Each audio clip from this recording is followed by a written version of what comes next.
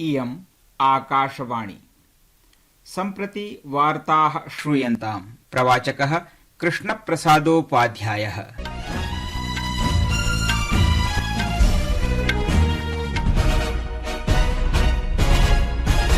आदौ मुख्यवार्ताः।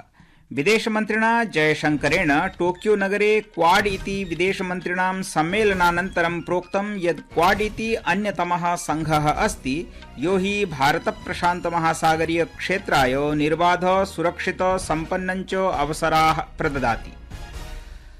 अद्य केन्द्रीयान्वेषणाभिकरणेन दिल्ल्याः मुख्यमन्त्रिणं अरविन्द केजरीवालं विरुध्य राउज एवेन्यू इति न्यायालये आरोपपत्रं प्रस्तुतम्। सर्वोच्च न्यायालयः बिहारे आजीविका प्रवेशयोः 65% जात्याधारितम् आरक्षणं विरुध्य निषेधाज्ञां प्रवर्तितुं पटना उच्च न्यायालयस्य पारितादेशम् अवरोद्धुं स्वीकृतिं नायच्छत्। व्याघ्राणां प्राकृतिक निवासस्थानरक्षणेन सह वैश्विक व्यवस्था प्रवर्तनपूर्वकं व्याघ्र संरक्षण विषये जनजागृतिः समर्थनाय च अद्य अन्ताराष्ट्रिय व्याघ्र दिवसः आचर्यते। अपि च वेनेजुएलायां निकोलस मादुरो तृतीयवारं राष्ट्रपतिनिर्वाचने विजयम् अध्यगच्छत्। अथ वार्ताः विस्तरेण। विदेशमन्त्रिणा जयशंकरेण प्रोक्तं यत् समयोऽयं संघर्षपूर्णोऽस्ति। स्थिरतायां सुरक्षायां प्रगतौ सम्पन्नतायां वा भवतु अन्ताराष्ट्रियैः विश्वस्तमित्रैः सहयोगो अपेक्षते। तदर्थं क्वाड इति अन्यतमः समकालीनः उदाहरणभूतोऽस्ति।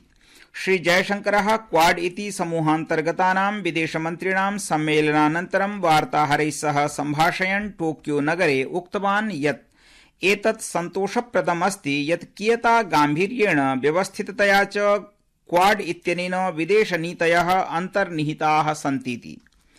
तेनोक्तं यत् अद्यतनीयम् उपवेशनं दिङ्निर्देशनदृष्ट्या महदुपकारकं वर्तते। श्री जयशंकरः अवोचत् यत् विश्वसनीयतायाः दूरसञ्चारप्रौद्योगिक्याः कार्याचरणम् अद्य अन्तःसागरीय सम्पर्कतन्त्रविस्तारश्च आपदुद्धाराय जलवायुकार्येभ्यः आधारभूतसंरचनाभ्यः क्षमताभिवर्धनपूर्वकं प्रशिक्षणाय आतंकवादस्य प्रतिकाराय च सहायकभूतोऽस्ति।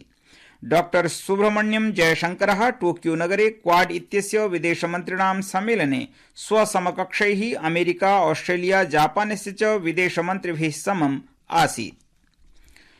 दिल्ली आरक्षिबलेन प्रशासनिक सेवा सन्नद्धता क्षेत्रे जलाप्लावनात् मृतछात्रत्रयस्य प्रकरणे इतोपि 5 जनाः निगडिताः सन्ति। संस्थायाः स्वामी अन्तःभूस्थितस्य भवनस्य द्वारघातकादीन् समेत्य 7 जनाः निगडिताः सन्ति। दिल्ली आरक्षिबलेन च प्रोक्तं यत् दोषिणः कठोरन्यायाचरणेन प्रतिदण्डिष्यन्ते इति। मध्यदेहल्याः उपारक्षिनिदेशकेन एम हर्षवर्धनेन प्रोक्तमस्ति यत् अनेन प्रकरणेन सम्बद्धाः सर्वेऽपि जनाः पर्यवेक्षणमार्गेण निस्सारयिष्यन्ते। सर्वविधदृष्ट्या च प्रकरणस्य निरीक्षणं पर्यवेक्षणं च भविष्यतीति। तेन एतदपि उक्तं यत् अन्तर्भूमिसदने व्यावसायिक कार्याचरणस्य न कोऽपि आधिकारिकादेशः स्वामिनः पार्श्वे आसीदिति। आरक्षिबलेन प्रोक्तं यत् अत्र नगरनिगमस्य च अपि काचित् भूमिका अस्ति नास्ति वेति निरीक्षिष्यते। साम्प्रतं यावत् 13 शिक्षणसंस्थाः राजेन्द्रनगरे दिल्ली नगर निगम इत्यनेन पूर्णतया पिहिताः सन्ति। अद्य केन्द्रीयान्वेषणाभिकरणेन दिल्ल्याः मुख्यमन्त्रिणं अरविन्द केजरीवालं विरुध्य राउज एवेन्यू इति न्यायालये आरोपपत्रं प्रस्तुतम्। केजरीवालः यो हि आम आदमी पार्टीति दलस्य राष्ट्रिय संयोजकोऽपि अस्ति। सः जून मासस्य 26 दिनाङ्के केन्द्रीयान्वेषणाभिकरणेन तिहाड़ कारागारात् निगडितोऽस्ति, यत्र सः धनशोधनप्रकरणान्तर्गतं प्रवर्तननिदेशालयेन निगृहीतः आसीत्। संस्कृतवार्तायाः संस्करणमिदम् इदानीम् आकाशवाणीतः प्रसार्यते। सममेव कार्यक्रमोऽयम् आकाशवाण्याः अन्तर्जालपटले www.newsonair.gov.in इत्यत्र अथ न्यूज ऑन एआईआर चलदूरभाषीय तन्त्रांशे अपि उपलब्धो भविष्यति। प्रधानमन्त्री नरेन्द्र मोदी केन्द्रीय वित्त संकल्पना सत्रस्य अनन्तरं नवदिल्ल्याम् आयोजयिष्यमाणस्य सम्मेलनस्य उद्घाटनसत्रं सम्बोधयिष्यति। सम्मेलनस्य अस्य विषयः अस्ति जर्नी टुवर्ड्स विकसित भारत। सम्मेलनमेतत् भारतीयोद्योगपरिसंघः आयोजयति। सहैव अस्योद्देश्यं विकासाय प्रशासनिकदृष्टिकोणस्य अस्यां दिशि उद्योगस्य च भूमिकाम् अभिलक्ष्य रूपरेखायाः प्रस्तुतीकरणमिति।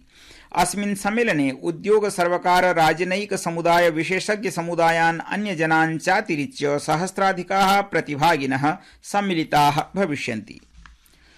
श्रमाजीविका मन्त्री डॉक्टर मनसुख मांडविया अकथयत् यत् देशे वित्तोपार्जनस्य वृत्तेः च विविधावसराः सन्ति। सहैव वर्तमान सर्वकारस्य नीतिगत हस्तक्षेपेण एव देशे वृत्तिरहितानां प्रतिशतम् अपचित्य 3.2% अभवत्। लोकसभायां प्रश्नकालावधौ पूरकप्रश्नानाम् उत्तराणि यच्छता तेन आशा प्रकटिता अस्ति यत् आगामि वर्षेषु वृत्तिरहितानां प्रतिशतता 3% न्यूना भविष्यति। वित्त संकल्पना पत्रं प्रशंसयन् डॉक्टर मांडविया अकथयत् यत् प्रधानमन्त्रिणः वित्तानुदानेन 5 वर्षाणाम् अवधौ 4 कोटि युवानः वृत्तिकौशलयोः अवसरान् प्राप्स्यन्ति। सः प्रोक्तवान् यत् एतल्लक्ष्यं प्राप्तुं 2 लाख कोटि रूप्यकाणि व्ययीकरिष्यन्ते। सर्वोच्च न्यायालयः स्वस्य 75-वर्षपूर्तावधौ संस्मारकत्वेन अद्यारभ्य विशेष लोक न्यायालय सप्ताहम् आयोजयति। आकाशवाण्या सह अनन्यतया सम्भाषयन् न्यायाधीशः के.वी. विश्वनाथन् उक्तवान् यत् अस्योपक्रमस्य उद्देश्यं सर्वोच्च न्यायालये प्रतिलम्बित प्रकरणानाम् उपरि दृष्टिपातो वर्तते। सः प्रकरण पंजीकर्तृभ्यः लोकन्यायालयस्य अथवा जनन्यायालयस्य लाभग्रहणाय प्रोत्साहयति स्म। सः उपक्रममिमं स्वेच्छया सौहार्दपूर्णरीत्या च विवाद निराकरणाय मञ्चः अस्तीति वर्णितवान्। न्यायमूर्तिः विश्वनाथनः इत्यपि अवदत् यत् लोकन्यायालयाः तादृशाः साधनभूताः सन्ति यत्र न्यायस्य प्राप्तिः कुशलतया अल्पव्ययेन च भवितुं शक्नोतीति। सर्वोच्च न्यायालयः बिहारे आजीविका प्रवेशयोः 65% जात्याधारितम् आरक्षणं विरुध्य निषेधाज्ञां प्रवर्तितुं पटना उच्च न्यायालयस्य पारितादेशम् अवरोद्धुं स्वीकृतिं नायच्छत्। न्यायालयेन बिहार सर्वकारस्य न्यायालये प्रतिष्ठापितां प्रार्थनाञ्च अधिकृत्य सूचनादेशः अपि प्रकाशितोऽस्ति। अवधेयं यत् विगते मासे पटना उच्च न्यायालयेन वंचितवर्गाणाम् अनुसूचित जाति जनजाति वर्गाणां च कृते प्रशासनिक सेवासु राज्यस्य उच्च शिक्षण संस्थानेषु च प्रवेशाय आरक्षणं 50% संवर्ध्य 65% कर्तुं बिहार सर्वकारस्य अधिसूचना निरस्तीकृता आसीत्। अद्य अन्ताराष्ट्रियो व्याघ्र दिवसः आचर्यते। अस्य दिवसस्य मुख्योद्देश्यं व्याघ्राणां प्राकृतिक निवासस्थान संरक्षणेन सह वैश्विक व्यवस्था प्रवर्तनपूर्वकं व्याघ्र संरक्षण विषये जनजागृतिः समर्थनं च अस्ति। विश्व वन्यजीव कोषानुसारं भारते सम्प्रति व्याघ्र संख्या वर्धमाना स्थिरा च वर्तते। भारतस्य व्याघ्र संरक्षण वर्गः 1993 वर्षे स्थापितः। सम्प्रति भारते विश्वस्य 80% परिमिताः व्याघ्राः निवसन्ति। पर्यावरण वन जलवायु परिवर्तन मन्त्री भूपेन्द्र यादवः अद्य विभागस्य राज्यमन्त्री कीर्तिवर्धन सिंहेन सह राष्ट्रिय व्याघ्र संरक्षण प्राधिकरण नवदिल्ल्याः 25वेशनस्य अध्यक्षतां कृतवान्। श्री यादवेन व्याघ्र संरक्षणे स्वदेशीय प्रौद्योगिक्याः उपयोगस्य संभावनायाः अन्वेषणस्य आवश्यकता विषये बलं दत्तम्। भारतस्य ऋतुविज्ञान विभागेन आगामिषु 5 दिनेषु हिमाचल प्रदेशे उत्तराखण्डे पूर्व राजस्थाने च व्यापकरूपेण लघुतः मध्यमपर्यन्तं वर्षाणां पूर्वानुमानं कृतमस्ति। आगामिषु 5 दिवसेषु जम्मू कश्मीर लद्दाख गिलगित बल्तिस्तान मुजफ्फराबाद पंजाब हरियाणा चंडीगढ़ दिल्ली उत्तर प्रदेश पश्चिम राजस्थानेषु च विकीर्णवृष्टेः पूर्वानुमानं कृतमस्ति। वेनेजुएलायां निकोलस मादुरो तृतीयवारं राष्ट्रपति निर्वाचने विजयम् अध्यगच्छत्। निर्वाचन परिषदः प्रमुखः एल्विस एमोरोसो अकथयत् यत् गणितेषु 80% मतेषु राष्ट्रपतिः मादुरो 51% मतानि प्राप्य विजयं प्राप्नोत् इति वार्ताः।